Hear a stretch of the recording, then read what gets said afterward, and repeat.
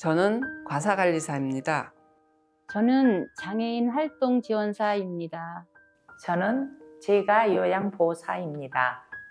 저는 아이 돌보미입니다. 저는 도시가스 가스안전점검원입니다. 저는 노인생활지원사입니다.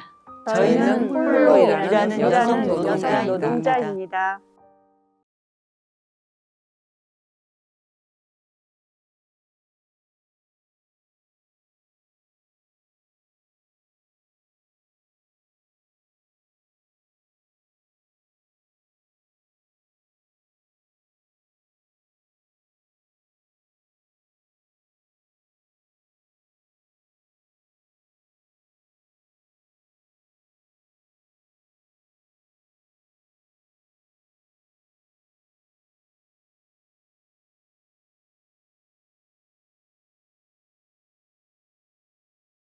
저도 방문을 하고 또 집에서 방문자를 만날 땐 남성이 오는 것보다 여성이 훨씬 더 편하고 문 열어주기가 쉽거든요. 남의 집을 방문하는 거는 여자 아니면은 남성은 좀 거부하게 되더라고요. 이제 일상생활지원금 가사 이제 도움이라든가 아니면 이제 식사 도움 같은 거 그런 것을 하기 이제 빨래 같은 거 그런 거 전체 하기 위해서 여성이 필요하다고 생각하는 것 같아요.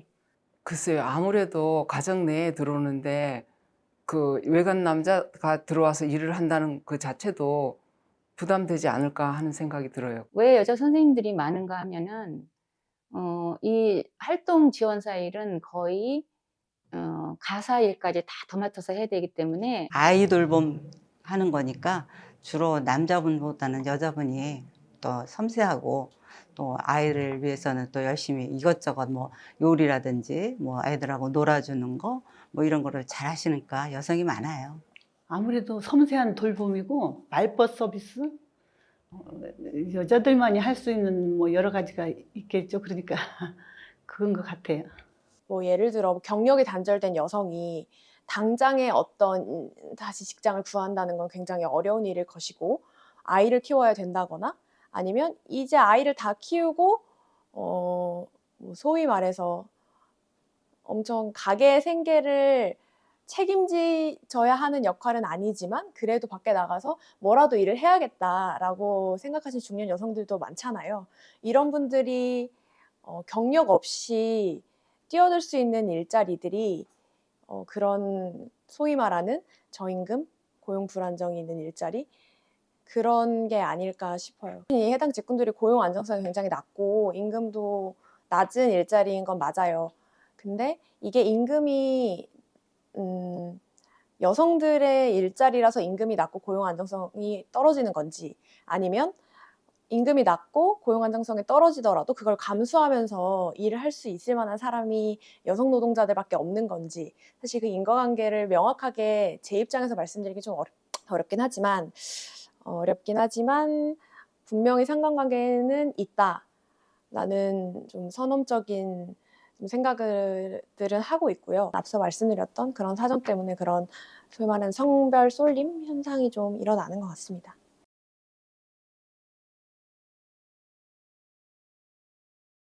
몇 년 전에 방문했을 때 남성분이 알몸으로 문을 열어주셔서 그게 아직도 그 근처 주변만 가면 그분은 이제 제자리에서 이사를 가셨는데도 많이 마음이 떨려요. 가슴이 두근거리고 집에 갔는데 점검하러 가면 저희들이 이제 고객이 문을 열어줘서 방문을 하면 이제 가스 누출도 확인하고 이게 설치 상태도 확인합니다. 그런데 그 집에 계셨던 그 고객분이 칼을 들고 계속 계시는 거예요. 그런데 칼이 주방에 놓여 있어도 저희는 검사할 때 싱크대를 봐야 되기 때문에 섬찟해요. 근데 칼 들고 있으면 너무 두렵고 힘들었다. 어떻게 빨리 점검하고 나가야 된다라는 그런 생각만 하고 새벽에 본인이 파자마 차림으로 입고 그 파자마 가랑이 사진을 찍어서 저한테 보낸 거예요. 그게 한 2년 정도 됐거든요. 근데 그 집을 아직도 갈 수가 없어요. 설거지 같은 걸 하고 있을 때 가만히 이제 그 이용자가 와가지고 뒤에서 껴안는다든지 손을 잡은다든지 계속 다리를 주물르라고 그렇게 요구를 한다든지. 남자분들 같은 경우에는 사각 팬티만 입고 계시는 경우도 있고, 그거는 이제 너무 수치스럽죠. 제가 모멸감 같은 게 느낄 때도 있고, 우통 벗고 왔다 갔다 하는 경우도 있고, 그럴 경우에는 말보다 더 그냥 그래요, 기분이. 저보다 나이가 한 2살 정도 많은 선생님이었는데 너무 관심을 갖는 거예요. 꼼짝을 못하게. 거의 1년 다 되도록 일을 하고 있었는데 하여튼 자기 앞에서는 이렇게 전화하는 것도 그냥 관심을 갖고 아주 꼼짝을 못하게 하는 거예요. 그래서 그거를 안 들어주니까 왜 이러느냐 이제 얘기를 하니까 센터로 전화를 이렇게 하는 거예요. 뭐 술을 같이 먹자고 한다든가. 야, 밥을 먹자, 밥을 사줄게, 뭐 이런 말씀도 하시기는 해요. 그러면서 약간 이렇게 여자들이 들어오니 큰 애들은 좀 점점 크니까 또 말을 안 들어요, 애들이.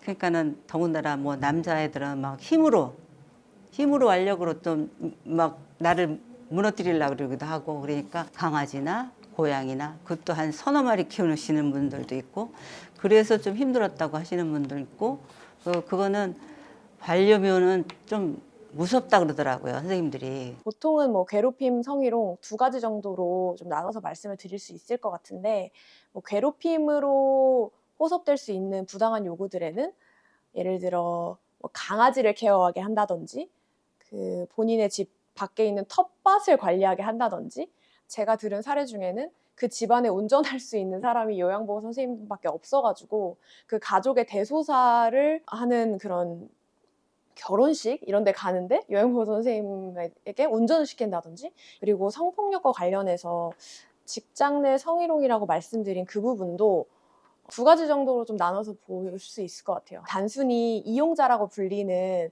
약간 할아버지 분들이 성희롱을 하는 것뿐만 아니라 그 이용자의 가족, 그 이용자 할아버지의 아들, 뭐 이런 사람들이 성희롱을 하는 경우도 있어요. 왜냐하면 그 할아버지 분이 요양보호사 선생님을 이렇게 고용할 수 있는 게 아니라 보통 가족들이 그런 걸 알아보잖아요. 그래서 그 이용자의 가족이 자기가 마음에 안 들면 당신을 뭐 바꾸라고 요청할 수도 있다, 이런 식으로 얘기를 하면서 뭐 데이트를 가자고 한다거나, 아니면 뭐 이용자의 가족이 그 할아버지가 성희롱을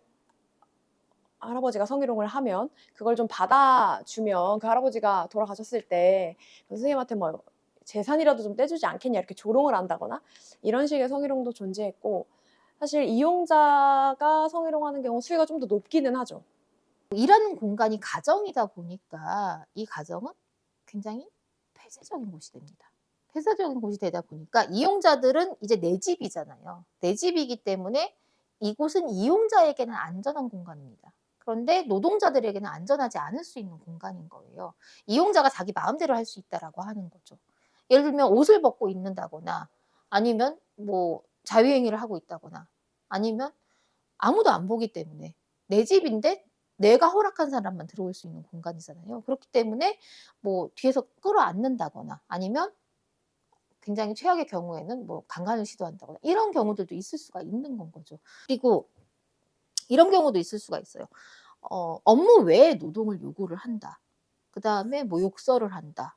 그 다음에 폭력을 행사한다. 다양한 경우가 있을 수 있어요. 근데 이 모든 경우에 대해서 이 공간이라고 하는 곳은 이용자가 자기가 소유권을 가진 폐쇄적인 공간이기 때문에 이 공간 외부에서 들어오는 노동자들은 이 공간의 주인에게 귀속될 수밖에 없는 구조를 가집니다. 그렇기 때문에 이게 위험할 수 있는 공간이 되는 거예요. 저도 알몸으로 나오는 사람이 있었을 때 뭔가 대책을 하고 싶었지만 몸이 굳어버려가지고 아무런 대책도 할 수 없었고요. 일단은 좀 피해야 되는 경우 잠깐 피해서 해야지 되는데 1대1로 하다 보니까 그것도 이제 불가능한 거죠, 거의. 그래서 내가 이제 일을 안 하려고 생각을 하면 강하게 이제 그것을 말을 하면서 그거에 대한 이제 해결책을 이제 찾는 것이고, 그렇지 않으면 참고 일하는 사람들이 많은 것 같아요. 내 집에서 내 마음대로 못 입고 있냐, 옷도, 이런 식으로 그렇게 말씀을 하시기 때문에 그분 없는 공간을 먼저 하죠.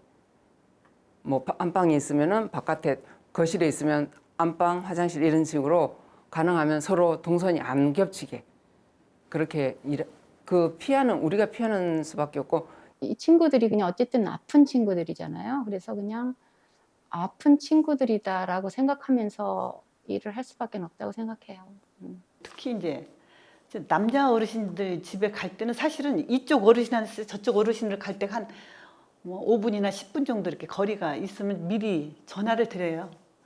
전화를 드리는 이유는 제가 지금 가니 옷을 입고 조금 문 좀 열어놓고 계시라는 함축적인 메시지를 보내는 거죠. 제가 지금 좀 이따 10분 후에 방문합니다 하고. 부당한 요구나 성희롱은 굉장히 빈번하고 거절하기도 힘들고 막을 수도 없고 제지할 수도 없고 굉장히 좀 사각지대에 놓여 있는 것 같다 이런 생각은 굉장히 많이 들어요. 문제 제기를 하면 뭐 고소를 하거나 노동청에 진정을 하거나 이런 거를 말하는 건데 증거가 있어야 되잖아요. 그 해당 직군에서 일하는 여성들이 나이가 든 여성들인 경우가 많으니까 그 여성들이 그 증거를 수집하는 데 있어서 굉장한 어려움을 겪어요. 이분들은 일단 내 핸드폰 녹음 안 되는데 어떡하지? 내 핸드폰 녹음이 되는 건가? 정리를 해보셔라 그러면 손으로 막 적어오세요. 근데 그런 어려움들이 있으니까 더 해결도 안 되고 위험은 더 크고 이런 다양한 문제들이 혼재되어 있어서 사실 상담하는 사람 입장에서도 가장 좀 난감하고 안타깝고 답답한 그런 좀 케이스들이긴 합니다. 이 노동자들을 누가 보호해야 되느냐라고 하는 질문을 하시게 된다면은 그것은 이 노동자를 파견하는 기관에서 그 임무를 해야 됩니다. 쉽게 말하면은 이 노동자의 고용주가 되는 거죠. 근데 이 고용주들은 노동자들의 안전에 대해서는 별로 관심이 없습니다. 왜? 이용자들로부터 돈을 받아가지고 운영이 되는 구조다 보니까 이 이용자들이 떨어져 나가게 되면은 회사는 피해를 입을 수밖에 없는 거예요. 근데 그 구조 아래서 자기의 고객한테 클레임을 제기할 수가 없는 거죠. 그렇기 때문에 이 구조가 계속 유지 존속이 되는 건 거고, 특히 여기에서 이제 사회 서비스로 제공이 되는 이 4가지 직종 같은 경우에 있어서는 원래는 이제 공공에서 하는 일이기 때문에 이 공공에서 이 노동자들에 대한 어떤 그 고용 안정이라든가 임금에 대한 부분이라든가 안전이라든가 이런 부분들을 다 국가의 책임인 거예요, 사실은. 근데 이 부분을 갖다가 민간으로 위탁을 주면서 경쟁 구도를 만들어 놨단 말이죠. 근데 이 경쟁 구도 아래서 이용자들은 이 사람들의 고객이기 때문에 다른 곳으로 뺏기지 않게 하기 위해서 아무리 노동자가 자기의 고용주에게 문제를 제기해 봤자 그걸 들어주는 구조가 안 되는 겁니다.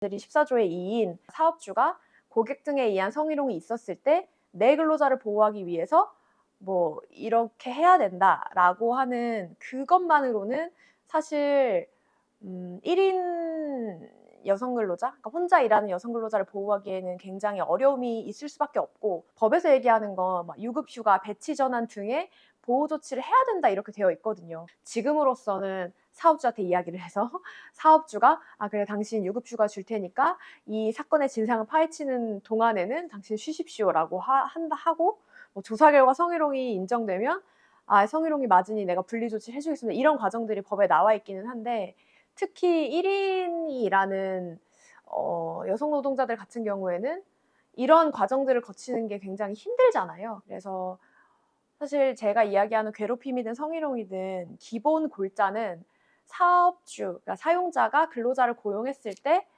그 사람들에 대한 안전배려 의무가 있다. 그 자체로는 되게 공허하다고 저는 많이 생각을 하거든요. 근데 그 공허하다고 생각되는 권리의 공백들을 법률들이 채워준다고 생각을 하는데 결국에는 이 법률 개정을 요구하는 모든 사람들이 사업주나 사용자가 이 공백들을 어떤 식으로 채워야 한다라는 걸 혹은 국가가 어떤 식으로 채워야 한다라는 걸 주장하고 있다고 생각을 합니다. 그래서 결국엔 명시적으로 이러한 의무들을 좀 적시하는 방식으로 법률은 개정돼야 된다고 생각을 하거든요.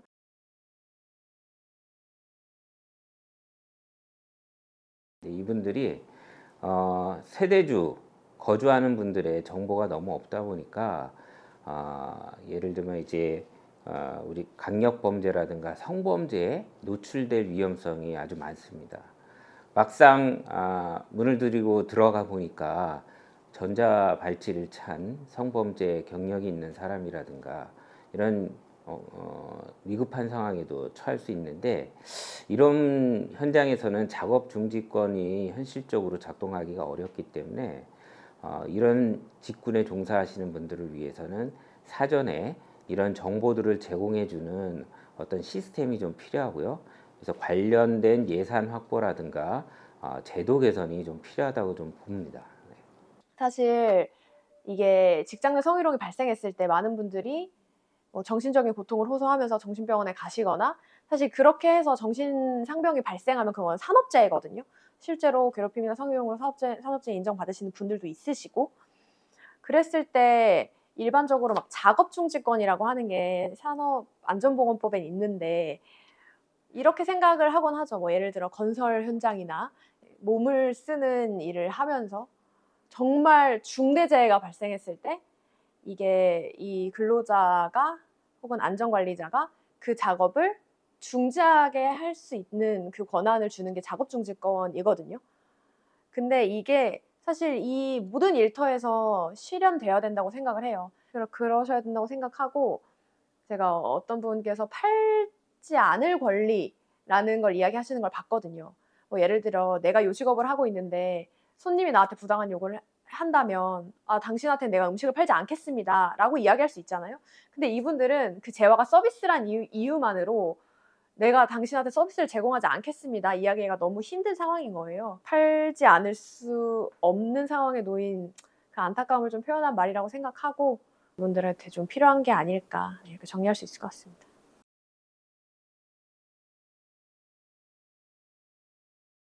공공복지 서비스 영역은 점차 확대해야 되고 더 강화돼야 된다고 봅니다. 사실은 국민들이 낸 세금으로 국민들한테 필요한 개별적이고 구체적이고 더 두터운 이런 복지 서비스들이 더 많아져야 된다라는 게 이제 앞으로 우리 사회의 중요한 양극화되고 있는 사회에서 가장 필요한 국가의 역할이라고 보거든요. 그래서 저는 공공 복지의 기능을 확대하고 강화하는 데 있어서 국가가 적극적으로 나서서 예산도 투여해야 되고, 그 전달하는 체계에 있어서의 국가의 책임성을 더 높여야 된다라고 보고 있습니다. 네. 이용자들에게 추행을 당한다거나 업무 외 부당한 짓을 당한다거나 라고 했을 때 국가가 이 이용자에 대한 서비스를 갖다가 중단을 하겠다던가, 이런 식의 어떤 그 매뉴얼이 있게 된다면 이용자들도 조심을 할 거예요. 근데 그런 것들이 지금 현재로는 없기 때문에 이 이용자들은 자기가 하고 싶은 대로 마음대로 이런 행동들을 저지르게 되는 겁니다. 그래서 근본적으로 이 문제를 해결하기 위해서는 지금 이용자 우위에 있는 이 시장의 구조를 갖다가 좀 더 노동자가 권력을 조금 더 나눠 갖는 방식으로 재편할 필요가 있습니다. 정부가 이 서비스들을 민간이 아니라 직접 사회서비스원 같은 곳을 통해 가지고 직영을 해서 운영을 하게 되면은 이제 민간에서의 벌어지게 되는 경쟁이 없어지게 되는 거죠. 경쟁이 없어지게 되면은 노동자들이 조금 더 우위에 설 수 있습니다. 그러니까 지금까지 이용자들이 가져왔던 어떤 권한들을 갖다가 노동자들이 나누어 가지게 되면서 이용자들을 조금 더 통제가 가능하게 되는 그런 구도를 만들 수가 있는 거예요. 근데 이제 그렇게 하기 위해서는 지금 대한민국이 운영하고 있는 어떤 사회 서비스의 전반적인 어떤 재편이 필요하다라고 하는 말씀 드리고 싶습니다.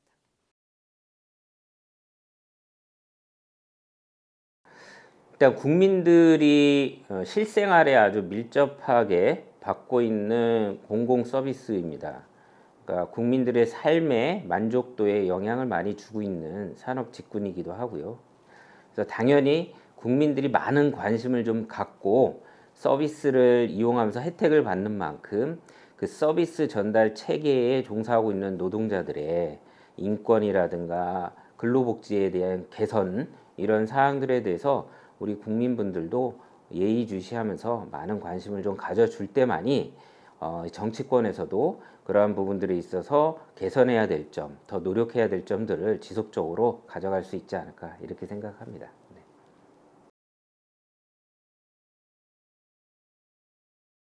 갓난 아기가 있었어요. 아기가 장애 있는 걸 몰랐어요. 우리 아기 장애 있습니다. 뭐 신청할 때 얘기 안 하니까. 근데 가서 3번째 갔을 때 알았는데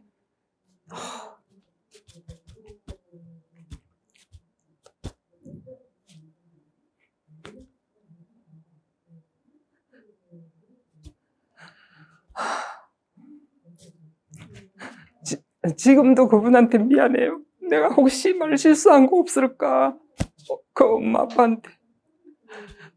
그러니까 그런 거를 미리 알면은 그냥 조금 더 조심할 수 있고. 자, 그분들한테 상처 준 말 한 거 없을까? 그 앞에 일했을 때. 그래서 생각해 보면 뭔가 얘기를 많이 해서 실수를 했을 것 같은데 아무 말씀 안 하시죠, 그분들은. 근데 지금도 난 그분한테 너무 미안한 거예요.